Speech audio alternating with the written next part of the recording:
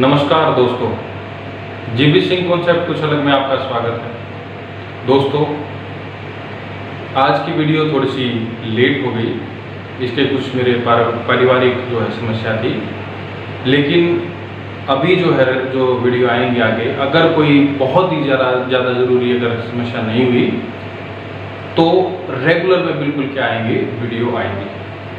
आज जो दोस्तों वीडियो करने वाले हैं, ये उन बच्चों के लिए बहुत ही ज़्यादा इम्पोर्टेंट है जो कंपटीशन की तैयारी कर रहे हैं, यानी जॉब की तैयारी कर रहे हैं। एक चीज़ इसमें क्या है कि जैसे कि हमने सिंपल इंटरेस्ट का जो पहली वीडियो थी उसको कंप्लीट किया था और उसके अंदर हमने ये समझा था कि सिंपल इंटरेस्ट क्या चीज़ होती है और उसका जो एक बेसिक फॉर्मूला होता है जिससे आप हर तरह के क्वेश्चन को क्या कर सकते हैं, जो आपके सिंपल इंटरेस्ट के होंगे उसको सॉल्व कर सकते हैं, उसको मैंने आपको बता दिया था।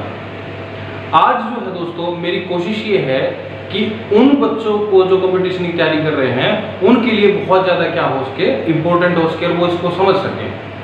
अब इस चीज़ में आपको मैं ये बता देता हूँ कि इसके अंदर जो है, जो हमारा सिंपल इंटरेस्ट है, उस सिंपल इंटरेस्ट के अंदर इसकी 6-7 टाइप होते हैं, 6-7 टाइप के क्वेश्चंस पूछे जाते हैं। उन क्वेश्चंस को अगर हम उस बेसिक फॉर्मूले से सॉल्व करेंगे तो सॉल्व तो होगा ही, बिल्कुल होगा, लेकिन उसमें टाइम जो है वो बहुत ही ज़्यादा लगेगा। और जो हमारा कंपटीशन का एग्जाम होता है उसके अंदर हमारा जो समय होता है दोस्तों, लिमिटेड होता है, बहुत कम समय होता है। तो उस कम समय के अकॉर्डिंग ही अगर हमें उस क्वेश्चन को सॉल्व करना है तो वहां पर हमें कुछ डायरेक्ट फॉर्मूले की जरूरत पड़ती है कि हम डायरेक्ट ही उनको क्या कर सकें, रख के आंसर अपना निकाल सकें। आज मैं उन्हीं क्वेश्चंस के बारे में डिस्कस करने वाला हूं दोस्तों, कि जो सिंपल इंटरेस्ट है उसकी जो अलग अलग टाइप के फॉर्मूले होते हैं, सिंपल इंटरेस्ट से ही बने हुए होते हैं, वो किस तरीके से होते हैं। आप ये जानते हैं कि जो सिंपल इंटरेस्ट के जो क्वेश्चंस होते हैं वो एग्जाम में डायरेक्ट नहीं पूछे जाते हैं कि आपको रेट दे देगा, टाइम दे देगा और प्रिंसिपल वैल्यू दे देगा और बोल देगा कि सिंपल इंटरेस्ट निकाल के दिखाइए। वो इस तरीके से डायरेक्ट क्वेश्चन नहीं पूछता है, वो थोड़ा सा क्वेश्चंस को घुमा फिरा के पूछता है। तो उस घुमा फिरा करके जो जितनी भी उसकी टाइप में बनती हैं दोस्तों सिंपल इंटरेस्ट की, आज उसके अंदर हम क्या करेंगे, डिस्कस करेंगे उनको। और इसका जो फायदा है दोस्तों, मैंने आपको बता दिया कि इन जो हम फॉर्मूले करने वाले हैं, जो कंपटीशन के एग्जाम है उसके अंदर इनका क्या होता है, डायरेक्ट यूज होता है। मैं क्वेश्चंस भी करके दिखाऊंगा, हर एक टाइप का एक क्वेश्चन साथ में लेके चलेंगे। और जो एक है, आपको पता ही है कि टाइम सेविंग बहुत रहेगा इसमें, कि आप डायरेक्ट उसके अंदर क्या रखेंगे, फॉर्मूले में वैल्यू रखेंगे और आपकी वैल्यू जो आंसर है वो आ जाएगा। और जिसको आप बोलते हैं ना ये शॉर्ट ट्रिक, तो वो शॉर्ट ट्रिक ही कुछ इस तरीके से मैं डिस्कस करने वाला हूँ।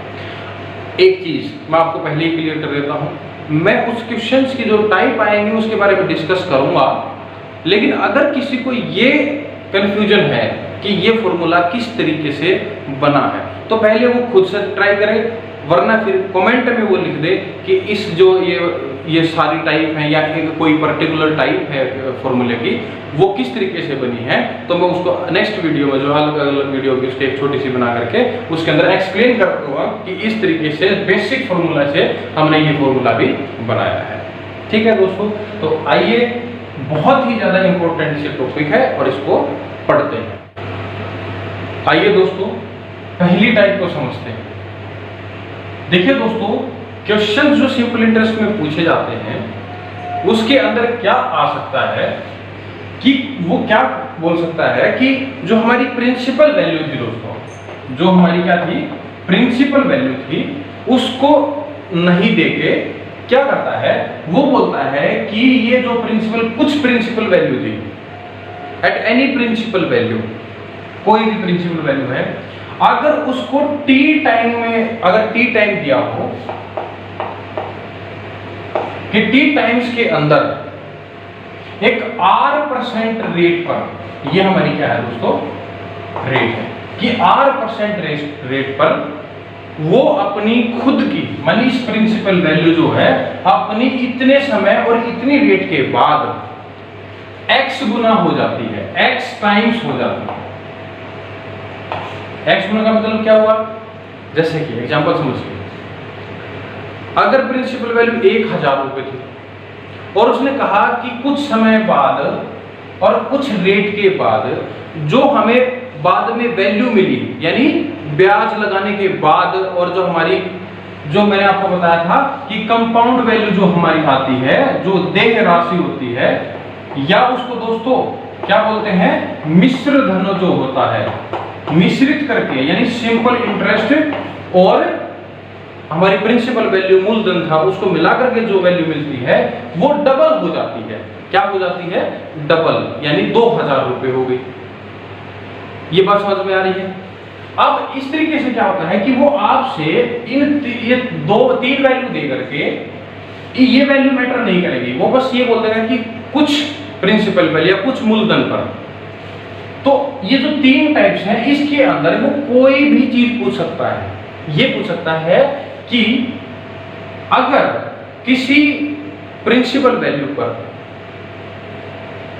आर रेट के हिसाब से, अगर उसको आर रेट पर ब्याज पे दिया जाता है, तो वो अपनी 4 गुना कितने साल में हो जाएगी? कितने साल, यानी यहां पर वो क्या कर रहा है, टाइम को पूछ रहा है। ऐसा भी पूछ सकता है कि 10 साल बाद वो अपनी 4 गुना किस रेट पर हो जाएगी। यहां पर क्या पूछ रहा है? रेट के बारे में पूछ रहा है।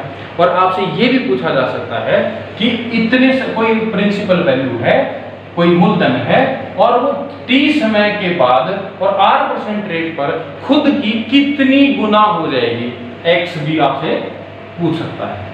तो ये डिपेंड करेगा कि वो क्वेश्चन में क्या वैल्यू दी हुई है। लेकिन दोस्तों इसका जो फॉर्मूला है वो एक ही है। उसमें देखिए, आपने देखा कि इसकी वैल्यू तो वो देगा ही नहीं, तो इसका मतलब ये उसके अंदर मैटर नहीं करेगी। उस फॉर्मूले के अंदर प्रिंसिपल वैल्यू मैटर नहीं करेगी। आप कहीं पर भी उस प्रिंसिपल वैल्यू का इस्तेमाल नहीं करेंगे। सिंपल इंटरेस्ट से निकालेंगे तो शायद इस्तेमाल कर लें, लेकिन इस डायरेक्ट फॉर्मूले में आप इसका इस्तेमाल नहीं करेंगे। टाइप जो 1 के क्वेश्चन होंगे उसके अंदर आप प्रिंसिपल वैल्यू का इस्तेमाल करेंगे नहीं, बस इन तीनों से ही क्या बनेगा, फॉर्मूला बनेगा। अब ध्यान से समझिए फॉर्मूला क्या हो सकता है कि अगर जितनी गुणा आपसे पूछी गई है, जितने टाइम से आपको ये पूछा गया है, दिया गया है कि x गुना हो जाती है, तो उस क्या कीजिए, x में से -1 कीजिए। x में से क्या करना है भाई, -1 करना है, और उसको मल्टीप्लाई कीजिए 100 से, 100 से क्या कर दीजिए दोस्तों, गुना कर दीजिए। ठीक है। अब ये डिपेंड करेगा कि आपको टाइम निकालना है या रेट निकालनी है। ध्यान से समझिए, अगर आपसे पूछता है कि टाइम क्या होगा, टाइम, तो क्या करना है भाई, इसको रेट से डिवाइड कर देना है। किससे? रेट से। अगर आपको रेट पूछी जा रही है तो टाइम से डिवाइड कर देना, यानी आर निकालनी हो तो क्या कर देंगे, x - 1 इंटू में 100 और डिवाइड में क्या कर देंगे आप, टाइम, यानी t। ये आपका रेट निकल के आ जाएगी। इससे क्या आ जाएगा, टाइम निकल के आ जाएगा। अगर आपसे टाइम भी दिया हुआ है तो क्या करेंगे, इसको आर, ये जो टी है इस साइड मल्टीप्लाई करके देख लीजिए कि आर टी, और ये क्या हो जाएगा, x - 1 इंटू में 100। अब इसको क्या कर दीजिए, डिवाइड कर दीजिए, जो r इंटू टी के डिवाइड में क्या कीजिए दोस्तों, 100 डिवाइड में कीजिए। ये हमारी किसकी आएगी, x - 1 की वैल्यू आएगी। जो यहाँ पर वैल्यू आएगी उसमें एक इस साइड माइनस में, उस साइड जाकर क्या कर दीजिएगा, प्लस कर दीजिएगा। कि अगर यहाँ ऐसा आ जाता है कि वैल्यू 4 आ गई तो 1 प्लस कर दीजिए तो 5 आ जाएगी।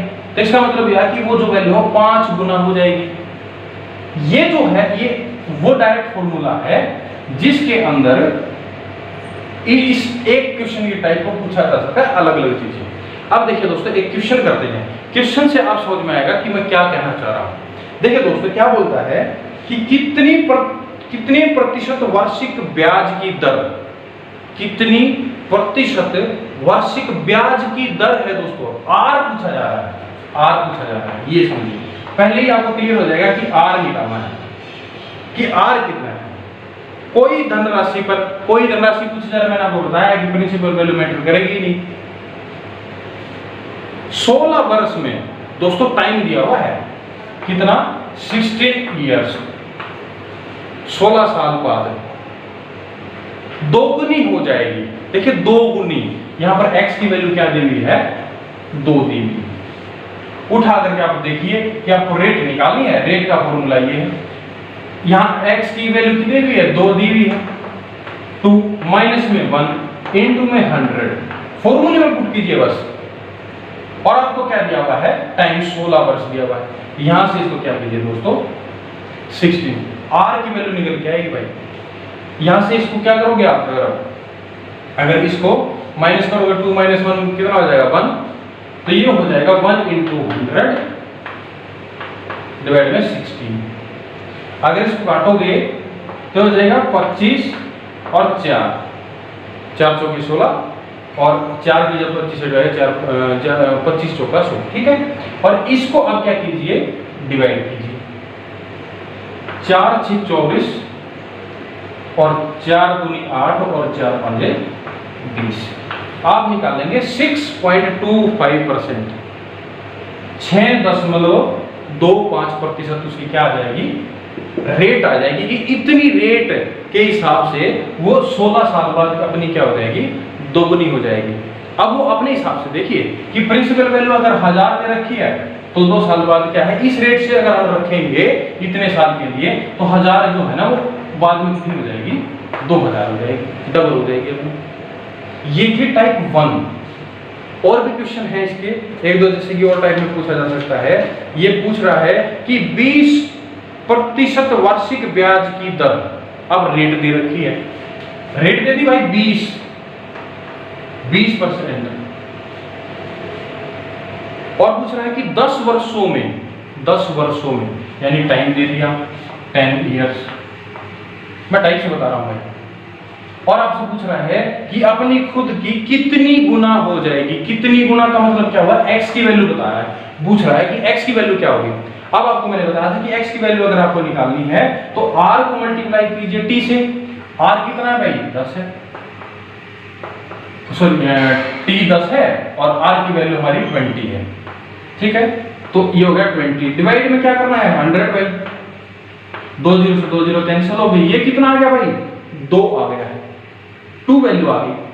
और x प्लस 1 की आई है, ये किसकी आई है भाई, x माइनस 1 की, सॉरी इस माइनस है उस साइड जाइए तो क्या कर देंगे, प्लस कर देंगे, तो ये हो जाएगा x की वैल्यू आ गई 3। इसका मतलब वो 3 गुना हो जाएगी। कोई भी वैल्यू अगर आप 20% रेट से अगर 10 साल के लिए लगाएंगे तो वो अपनी खुद की क्या है दोस्तों, 3 गुना हो जाएगी। यहां पर प्रिंसिपल वैल्यू मैटर नहीं कर रही है, वो आप कुछ भी ले सकते हैं। तो ये थी फर्स्ट टाइप। आप इससे जुड़े हुए क्वेश्चन अगर कोई आपको मिलता है तो इस फॉर्मूले से डायरेक्ट सॉल्व करके देखिएगा। अब आते हैं दोस्तों दूसरी टाइप। आइए दोस्तों टाइप नंबर 2 को समझते हैं। जो पहली टाइप हमने समझी थी दोस्तों, ये थोड़ा सा उससे ही रिलेटेड है। अब ये कैसी टाइप है वो समझिए। देखिए दोस्तों, ऐसा हो सकता है कि आपको वो क्या कहना चाह रहा है कि कोई प्रिंसिपल वैल्यू थी,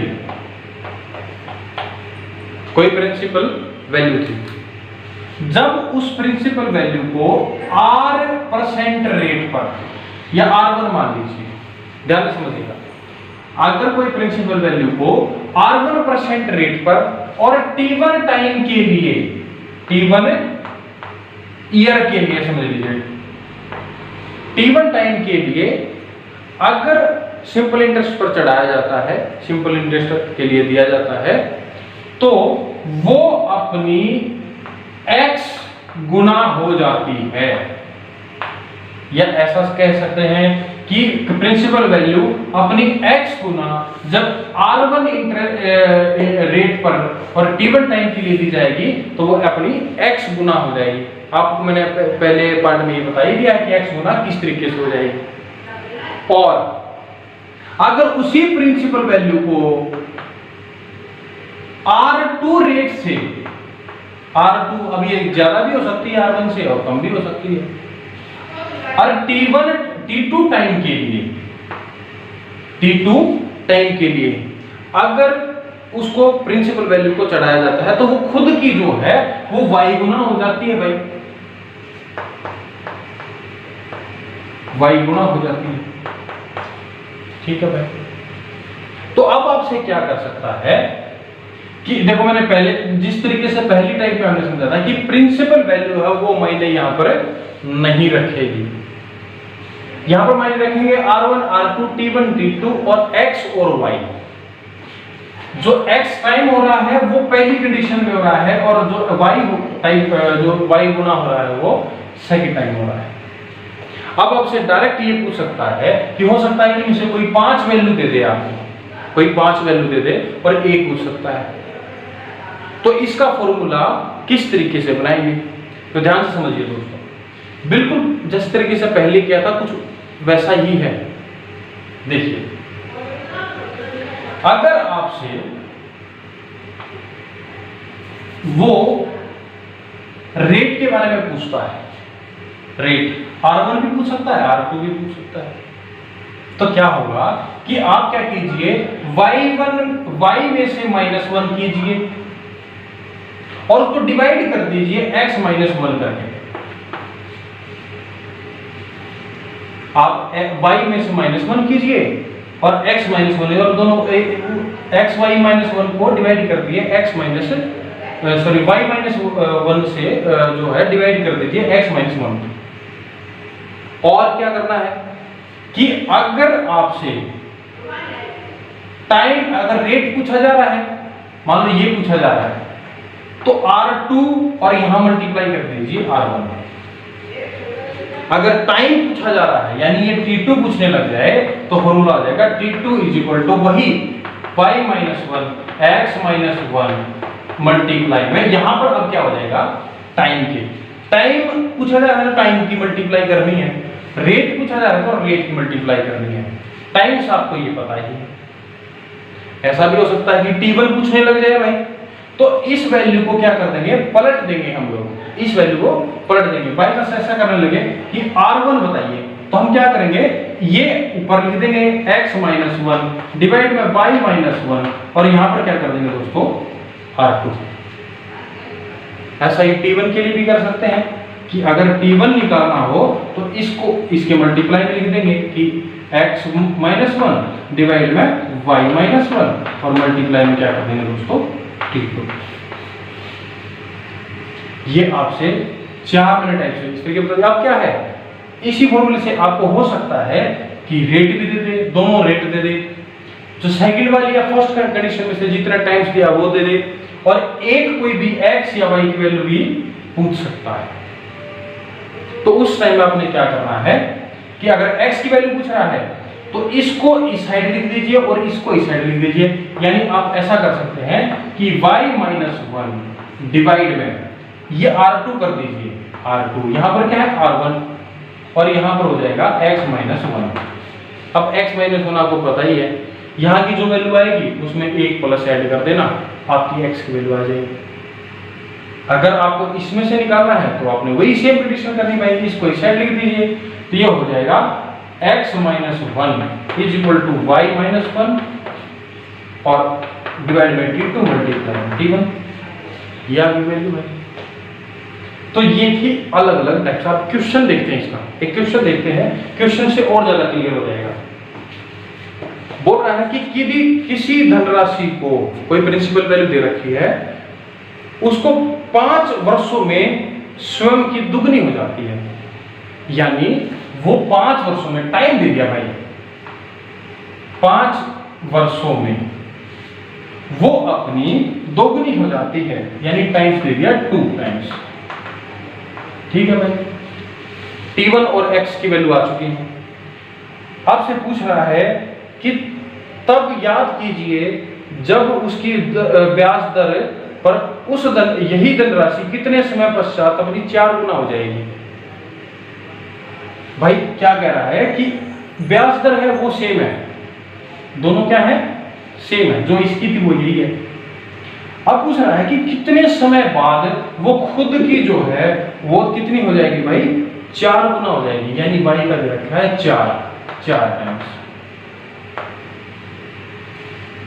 अब आपको देख लो भाई, आपको T2 पूछा जा रहा है। T2 का फॉर्मूला क्या है भाई, y -1 4 माइनस में 1, 4 माइनस में 1, x माइनस 1 वो आपको पता ही है 2 दे रखा है, तो 2 माइनस 1। t1 की वैल्यू कितनी दे रखी है 5, तो यहां से मल्टीप्लाई कर दीजिए 5 से।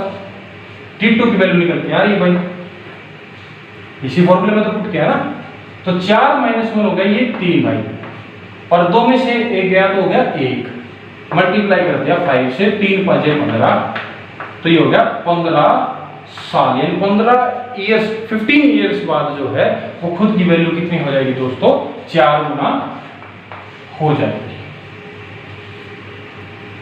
ये एक तरीका हो गया।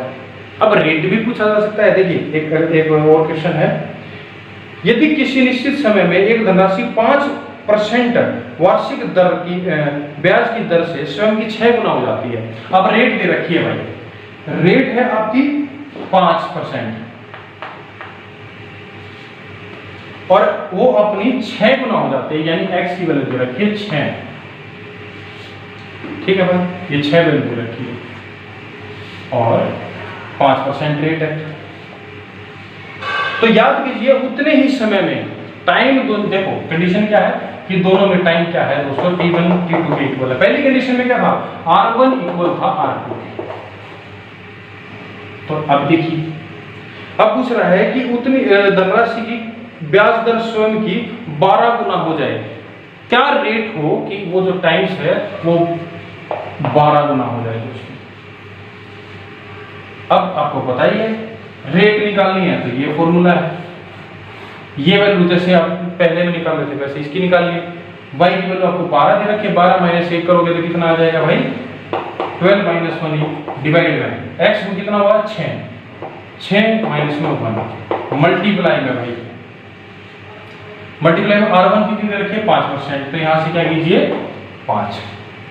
अब देखिए 6 में से 1 जाएगा तो ये आ जाएगा 5 भाई, ये हो जाएगा भाई कितना, नीचे हो जाएगा 5, मल्टीप्लाई में क्या है 5, 12 में से 1 गया तो हो जाएगा 11, 5 से 5 कैंसिल, आंसर आ गया आप लोगों का दोस्तों 11%, सॉरी ये नहीं परसेंट रेट निकालते हैं।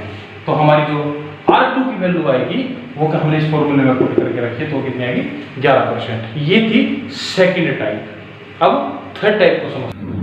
आइए दोस्तों टाइप नंबर तीसरी। अब दोस्तों जो ये तीसरी टाइप है मैं इसको अपने अकॉर्डिंग 4 स्टार देता हूं दोस्तों, ये बहुत ही ज्यादा क्या है इंपॉर्टेंट है ये टाइप। इस टाइप के बहुत सारे क्वेश्चंस जो मैंने सॉल्व किए थे प्रीवियस ईयर में। अब देखिए दोस्तों इसमें क्या बोलता है, ये कहता है कि अगर कोई प्रिंसिपल वैल्यू P1 है, मूलधन P1 है, और उसको अगर R1 रेट पर, R1% रेट पर T1 टाइम्स के लिए, T1 से साल के लिए, ईयर्स के लिए दिया जाता है अगर ब्याज पर, तो उसकी जो साधारण ब्याज आता है, सिंपल इंटरेस्ट आता है दोस्तों, वो क्या है मान लो SI है। टाइप को समझना पहले क्या पूछा जा रहा है और क्या दिया जाएगा। और कुछ फिर कह रहा है कि अगर कोई P2 वैल्यू है, कोई प्रिंसिपल वैल्यू दूसरी, देखो वो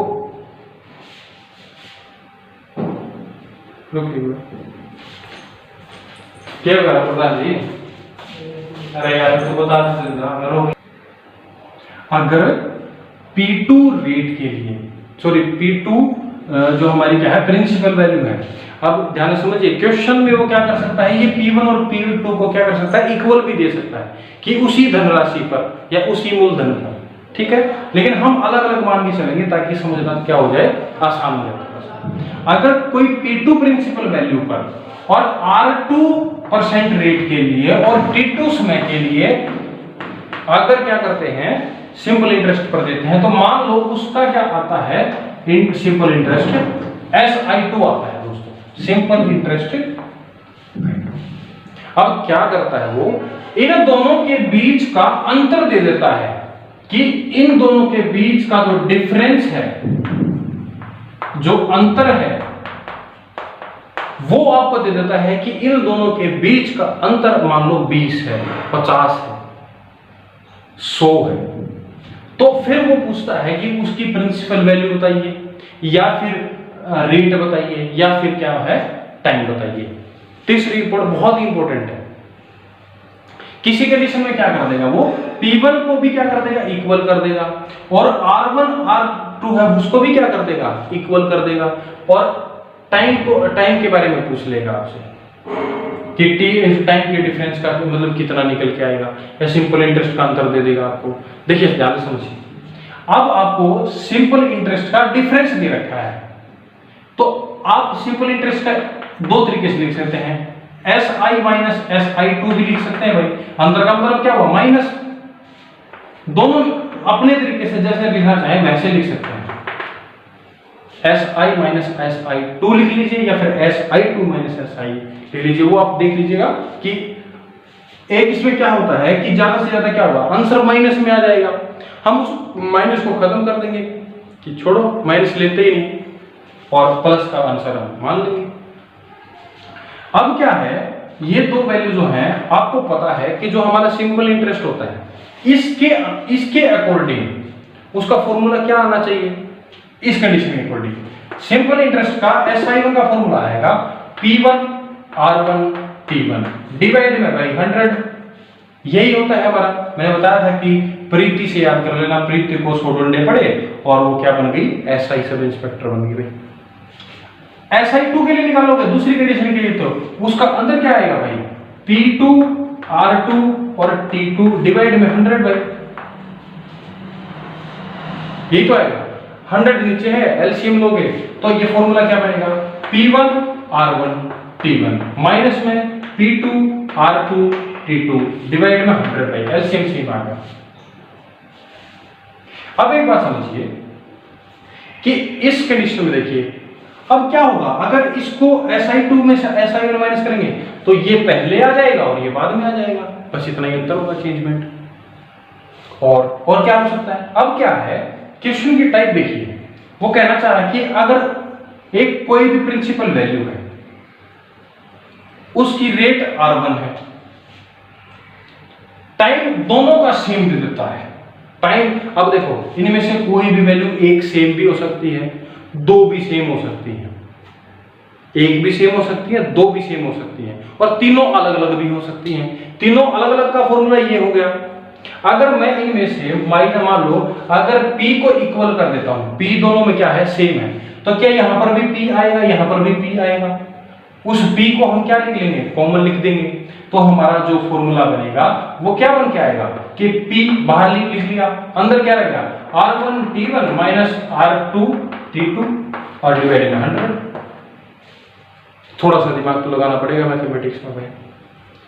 अब हो सकता है कि P1 क्या ना दे, इक्वल ना दे, रेट इक्वल दे दे, तो अब क्या होगा, अब रेट को बाहर निकल लेना भाई, जहां पे लिखा है वहां पर R लिखना, P को वैसा ही लिखो, तो क्या बनेगा कि अगर यही फॉर्मूला है क्या बनेगा, R आपने बाहर लिख लिया और क्या आ जाएगा, P1 T1 minus P2 T2 divide में 100। सिंपल। T1 हो सकता है टाइम को सेम दे दे कि दोनों का समय क्या है, सेम है, लेकिन उनका अंतर दे देता है आपको, तो वहां पर T1 लिख दीजिए R1 की जगह पे, और बाकी बस क्या रखिए, सेम रखिए। तो वो क्या हो सकता है, वो हो सकता है कि T हमने सेम लिख दिया और यहां हो जाएगा P1 R1 माइनस में P2 R2 और डिवाइड में 100। ये हो गया। मैं टाइप्स बता रहा हूं, एक ही फॉर्मूले से अलग अलग क्या क्या बन सकते हैं, वहां आपको समझना पड़ेगा कि आपसे पूछा क्या जा रहा है। तो आपसे ये दे दिया भाई, और हो सकता है कि दो वैल्यू क्या दे दे, सेम दे दे। बस करना कुछ नहीं है भाई, डायरेक्ट बोल देता हूं कि जो वैल्यू सेम नहीं है उसको तो माइनस में रखो, जो सेम हो गई है उसको एक बार ब्रैकेट से बाहर क्या लिख लीजिए, कॉमन लिख लीजिएगा, फॉर्मूला आपका तैयार। कोई भी दो वैल्यू सेम कैसे होता है, P और R हो सकती है सेम, तो अंदर क्या बचेगा, T1 माइनस T2 बचेगा, बाहर क्या आएगा, PR आ जाएगा और T1 माइनस T2 और डिवाइड में 100 में, बस हो गया। सिंपल इंटरेस्ट डिफरेंस आ गया। अब इस जो टाइप है इसके हम क्या करके देखते हैं दोस्तों, एक क्वेश्चन करके देखते हैं, फिर आपको समझ में आएगा कि मैं क्या कहना चाह रहा हूं। देखिए आपसे पूछ रहा है क्वेश्चन, देखिए बड़ा ही जबरदस्त क्वेश्चन है। यदि 1500 की धनराशि पर, देखो प्रिंसिपल वैल्यू दे रखी है 1500 रुपए, पी की वैल्यू आ गई भाई, P1 वैल्यू आ गई, ठीक है। धनराशि 4 वर्ष का साधारण ब्याज, 4 वर्ष का टाइम दे रखा है भाई, 4 साल का साधारण ब्याज 60 रुपए है, 60 सिंपल इंटरेस्ट दे दिया भाई 60, ठीक है भाई। तथा 8 वर्षों का साधारण ब्याज 90 है। अब देखो 8 यानी आपको टाइम दे रखा है T2, उसका 8 साल में कितना है भाई, 90 रुपए है, ठीक है भाई। मैं यहां पर अलग कलर से दिखा देता हूं ताकि हम क्या क्वेश्चन की वैल्यू लेके चल रहे हैं। अब क्या बोलता है दोस्तों, तो साधारण ब्याज की दर याद कीजिए। अब इस कंडीशन में पहले ये समझना है कि जो इसने दो चीजें की हैं, दो चीजें क्या की हैं, एक तो जो प्रिंसिपल वैल्यू है ना वो दोनों की क्या है, इक्वल है, वो भी कितनी है 1500 रुपए। P1 और P2 क्या है, इक्वल, और R1 और R2 वो भी क्या दे रखी हैं, इक्वल दे रखी है, और मान रखिए कि R की इक्वल है, और उस R की वैल्यू क्या करनी है, फाइंड आउट करनी है कि R की वैल्यू क्या होगी। टाइम आपको पता है, SI दे रखा है, SI2 दे रखा है। तो आइए दोस्तों इसको क्या कर सकते, इसको सॉल्व करने के लिए हमें पता है कि हमारा जो फॉर्मूला था, देखिए मैंने आपको पहले ही बता दिया था कि SI minus SI1 minus SI2 लिखिए, या फिर SI2 माइनस क्या लिखिए, SI1। बस करना क्या है, अगर हम SI2 माइनस SI1 लिखेंगे तो जो 2 वाली जो वैल्यू है वो पहले लिख देंगे, I1 वाली क्या कर देंगे, 1 वाली जो वैल्यू है बाद में लिख देंगे। देखिए इस क्वेश्चन में क्या किया गया है दोस्तों, कि जो P1 और P2 वैल्यू है वो 1500 रुपए दोनों ही क्या दे रखी है, एक दे रखी है, और उसकी जो रेट है दोस्तों वो भी क्या दे रखी है, एक, कि मान लीजिए उन दोनों की क्या कर रखी है, रेट इक्वल कर रखी है। P वैल्यू इक्वल होगी भाई, R1 इक्वल होगी। टाइम जो है देखो दोस्तों, T2 की वैल्यू जो दे रखी है वो दे रखी है 8 साल, और जो T1 वैल्यू है वो दे रखी है भाई 4 साल। अंतर आपको निकालना ही पड़ेगा क्योंकि उसने SI दे दिया, आपको अंतर नहीं दिया। तो अंतर क्या होगा, SI2 माइनस SI1, तो ये हो जाएगा 90 माइनस में 60, ये वैल्यू दे रखी है भाई, ये SI2 की वैल्यू है, ये SI1 की वैल्यू है।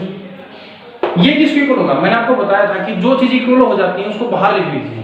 तो P और R क्या है, इक्वल, अंदर क्या जाएगा T2 माइनस T1, क्योंकि 2 वाली पहले लिख रहे हैं और I1 की वैल्यू, तो यहां लिखेंगे T2 माइनस में T1, डिवाइड में क्या कर देंगे दोस्तों 100। अब मैं इसके अंदर वैल्यू पुट कर देता हूं, यहां क्या आएगा भाई 1500, कितना आएगा दोस्तों 1500 हमने लिख दिया। R की वैल्यू हमें निकालनी है, T जो है हमारा 8 साल है और T1 क्या है 4 साल है। अब देखिए दोस्तों 2 0 से 2 0 क्या हो जाएंगी, कैंसिल, 2 0 से 2 0 कैंसिल होगी, 8 में से 4 जाएगा तो कितना आ जाएगा 4। तो देखो ये हो गया भाई, इन दोनों को माइनस करेंगे तो ये आएगा 30, यहां हो गया 15 मल्टीप्लाई में R और मल्टीप्लाई में 8 में से 4 गए 4। अब देखिए दोस्तों 15 चौके 60, ये हो गया 60 इंटू में R 30 के इक्वल, इसको क्या कर दीजिए डिवाइड में कर दीजिए। अगर 30 इस तरह से डिवाइड करेंगे भाई तो ये 60 इज इक्वल टू R।